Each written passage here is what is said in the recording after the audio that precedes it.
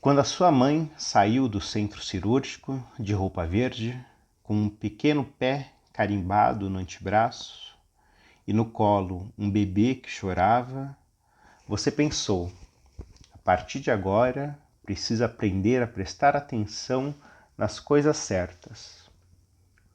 Poucos meses depois, achava um tanto inconveniente que qualquer um na rua soubesse o que se passava com você. A gravidez é um segredo mal guardado, o umbigo pulando para fora no vestido e os pés que já não cabem em sapato nenhum. Arrumar as roupas do bebê no armário e mesmo dar um nome a ele, tudo parecia um pouco apressado, como comemorar a vitória antes da hora. Quando foi a sua vez de entrar no centro cirúrgico, achou que o berço de acrílico, a etiqueta colada com o número do quarto, ao lado da cama, o medo, a bravura, os embrulhos, os sacos verdes de fralda no quadro, com o nome bordado na porta, o carrinho já postos em casa, tudo um pouco precipitado. Eu sou o Eduardo Vilar e chegou a hora e a vez da poesia. Esse poema que eu acabei de ler se chama Carimbo e ele está no livro Acrobata, da poeta Alice Santana. É um livro novíssimo, ele saiu agora dia 10 de outubro e é uma poeta que eu já tinha lido alguns poemas dela antes, eu tinha gostado bastante, achei ela uma poeta das mais interessantes que tem publicando hoje, vivas. E eu comprei esse livro na pré-venda que eu queria começar o canal com algum livro de poesia novíssimo, assim. E eu adorei o livro. Tem muitos poemas muito bons, né? Até a minha edição tá super marcadinha aqui, não sei se dá pra ver. E para preparar esse vídeo eu tive que fazer uma seleção boa dos poemas. Eu não vou conseguir nem falar de todos os temas que eu gostaria, de poemas que eu acho muito bons, que nascem já um tanto antológicos. E então não vou falar de vários temas, por exemplo, a questão da relação com a avó, da relação com a natureza, poemas que dialogam com as artes plásticas, com fotografia, com pintura, questão da paternidade, e alguns poemas que são mais fragmentários do que os que eu vou ler, né? E eu vi em algum lugar no Instagram alguém falando assim, é melhor livro do ano e tudo. Não dá para falar isso, não vou falar isso de cara assim, mas eu acho que é um livro para pelo menos estar entre os semifinalistas de poesia dos próximos prêmios que aparecerem. Gostei muito, muito dele. Esse livro foi lançado na Flip agora, e eu sigo a poeta no Instagram e eu vi uma imagem que eu acho que fala muito do clima de vários desses poemas desse livro, né? Essa imagem dela declamando o poema na Flip, né? Eu achei uma imagem bem icônica. Ela tá do lado dela, tá o filho, um filho pequeno, né, sentado. Ela tá com o microfone na mão, né, para declamar os poemas. Com o outro braço, ela tá abraçando o filho menor, que tá bem agitada ali dentro do braço dela, e segurando o livro aberto para conseguir ler os poemas. E achei que essa imagem do tentar lidar com a maternidade, às vezes um pouco sozinha, tendo que lidar com várias coisas ao mesmo tempo, e se dedicar à poesia, a um olhar sensível, acho que isso daí aparece no livro, né? Eu vi esse stories dela postado e achei que lembrou o próprio clima do livro que ela estava lendo, né? O poema. Então, boa parte dos poemas desse livro falam da maternidade, né? E acho que tem muita reflexão um pouco dessa geração mais recente sobre a maternidade. Até alguns poemas aparecem um pouco um contraste entre o que foi a maternidade para a mãe do eu lírico, o que é a maternidade para alguém, né, de uma mãe jovem, né? E também de certa classe social também. Ali, depois eu vou ler um poema que fala um pouco disso, de como é que a questão da classe social aparece para entender como é essa maternidade, né? E nesse poema, né, que eu li, o Carimbo, tem acho que duas coisas que são temas importantes do livro. Um mais claro, que é esse da maternidade, tudo que está sendo comentado né, no release de lançamento do livro, mas tem um outro tema mais sutil que é muito importante também, que é uma questão de desaceleração do tempo. Acho que em vários poemas com temas diversos tem essa sensação de que tem uma pressão de aceleração. O mundo está rápido demais, ou então a maternidade chega rápido demais, o ritmo da cidade é muito acelerado. E esse eu lírico está o tempo todo quase que sofrendo com essa aceleração, como se essa aceleração do mundo chegasse como uma violência, como uma imposição. E até pelo ritmo de vários dos poemas, que tem esse ritmo mais alongado, de descrever sem pressa algumas cenas, a sensação que dá é que o eu lírico está querendo desacelerar mesmo, né? Então acho que tem um pouco desse desacelerar como uma crítica, né, ao ritmo do mundo, mas também é quase um desacelerar meio melancólico. Às vezes soa um pouco como cansaço, como uma falta de energia também, né? E sobre a maternidade, tem uma coisa legal desse livro, né, já que ele aborda esse tema em vários poemas, é como é que o livro vai abordando a maternidade em vários momentos, de várias perspectivas, né? Então esse primeiro poema abordou falando, né, da gravidez, e agora ele vai falar da criação do filho pequeno, esse poema que chama Tartaruga. O cheiro dominou a praia, os urubus iam e voltavam. Alguns caminhavam tranquilos na espuma, como se de agora em diante fossem um dos donos do mar, da areia, de tudo. Os urubus metem medo. São aves da noite, com as asas espalmadas, duas mãos escolhendo a presa do alto, pensando bem, são a própria noite, sobre as nossas cabeças. Vejo um bando ao longe, curvado e elétrico na areia. Te pego no colo para que nada se perca. É uma cena que vai ficar na memória. A primeira vez que você vai ver a morte de perto. A primeira vez que vai ver um cadáver maior que um inseto. Não te levei para ver meu avô, deitado na cama já sem vida. Você fica na sala, enquanto no quarto escolhemos o lençol que iria carregá-lo para fora da casa. Para sempre. É a primeira vez, mas talvez você já tenha percebido o cheiro da morte domina tudo. Ao chegar perto, vemos a carcaça de uma tartaruga. A pele esbranquiçada, solta no casco, como uma couve-flor, que passou do ponto na água quente. Te levo para ver de uma distância segura. Outras pessoas na praia fingem que aquilo não é suficiente para pautar seus dias. E riem, e jogam frescobol, e entram no mar, como se outro assunto fosse possível. Você olha um pouco desinteressado. Dali a alguns minutos, duas mulheres de luvas vão buscar o que sobrou da tartaruga. Penso na coragem das mulheres em afastar os urubus. Penso que, se eles decidissem avançar nelas, a comoção seria geral. E aí, o que eu faria com você? Correria para longe? Ou pediria para você abrir bem os olhos? Explicaria que tudo é possível e nunca nada, nada mesmo está a salvo. As mulheres talvez estejam tentando devolver alguma dignidade à tartaruga morta. E ao fim de tarde, na praia, digo para você olhar a cena com muita atenção. Na hora de ir para a cama, vou te pedir para me descrever o que viu em detalhes. Tem uma coisa que eu acho que eu fiquei pensando sobre esse poema.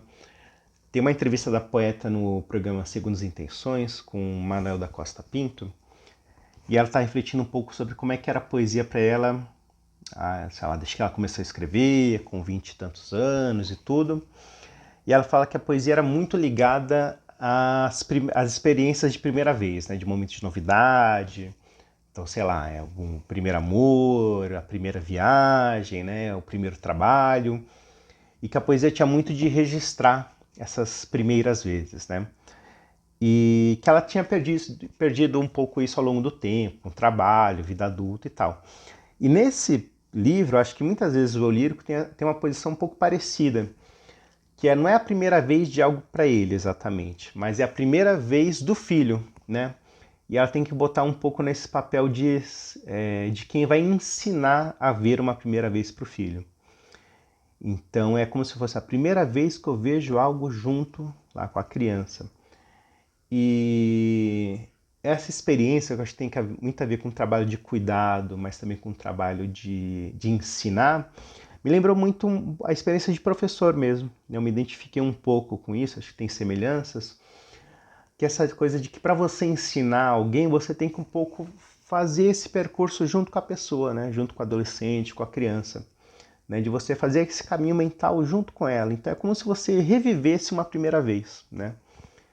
E a ideia de que você aprende de novo algo, aprende algo novo ali ensinando, né? Eu acho que tem muito isso nesses poemas. Então, mantém nesses poemas esse olhar novo sobre as coisas, né? Que ela fala. E tem uma questão que me chamou a atenção, que ela vai surgindo um pouco pelas beiradas do livro, que é uma coisa que eu pensei, né? Enfim, é um livro sobre maternidade, uma coisa que, né, eu não sou pai, então fui um pouco tentando pesquisar modos de entender essa questão, né? E eu parei num vídeo do Christian Dunker sobre um livro da Vera Iaconelli, que eu acho que era o Manifesto Antimaternalista. E eu vou botar o link, né, dele na descrição. E ele fala um pouco de que tem duas maternidades no Brasil, né? Uma que seria, sei lá, da classe média, das classes altas, e outra das classes baixas, né? E acho que essa maternidade das classes baixas aparece nas frestas do livro de modo bem intencional. Né? Tem um poema aqui que ele aparece, eu vou ler ele e a gente vai discutir um pouco ele. Um poema que chama Dolores. É quarta-feira na casa da Bruna. Da janela o sol vai se pôr e espalhar o laranja entre os prédios. Ela passa o café e ouve Dolores Duran. Aponta para o livro Maternidade, de Sheila Harry. Diz que não importa se o que está lá aconteceu ou não. Se a mãe da narradora foi negligente, isso é só uma curiosidade, como bisbilhotar a vida alheia. Natalia Ginzburg escreve que a beleza poética é uma mistura de crueldade, soberba, ironia, ternura carnal, fantasia e memória, clareza e obscuridade. E que, se o escritor não conseguir chegar a esse lugar, esse ponto tão difícil e tão frágil, qualquer coisa que disser será pobre, medíocre mesmo. Natália diz que até então nunca tinha passado por nada verdadeiramente grave. Nenhum episódio de morte ou solidão, traição ou doença. Nada em sua vida até então havia desmoronado. A felicidade era plena e consistente. Então esse poema tem essa cena, né, de uma conversa casual, de amigas reunidas em casa, e tem essa coisa muito estranha, né? Ele não fala muito diretamente de sentimentos, fala mais delas refletindo sobre a própria vida. E tem esse final que chama muita atenção, né? Fala da felicidade era plena e consistente. Quando ela fala desse jeito, com essas palavras, é difícil não soar como algo amargo, né? Tem quase um incômodo ali, um mal-estar ali nessa afirmação.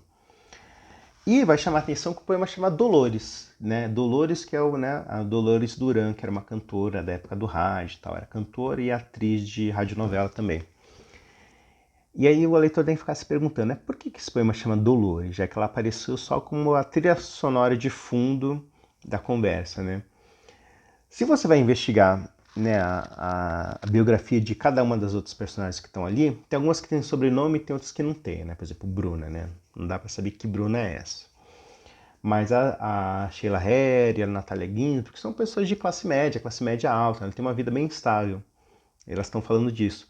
A biografia da Dolores Duran é diferente. Ela é uma mulher negra, enfim, infância pobre, conseguiu a duras custas se inserir no meio artístico, né, de ter se tornado atriz, uma cantora famosa, mas, né, é a história de todas essas mulheres que conseguiram, mesmo as que conseguiram algum sucesso, né, de muito racismo, de muito preconceito,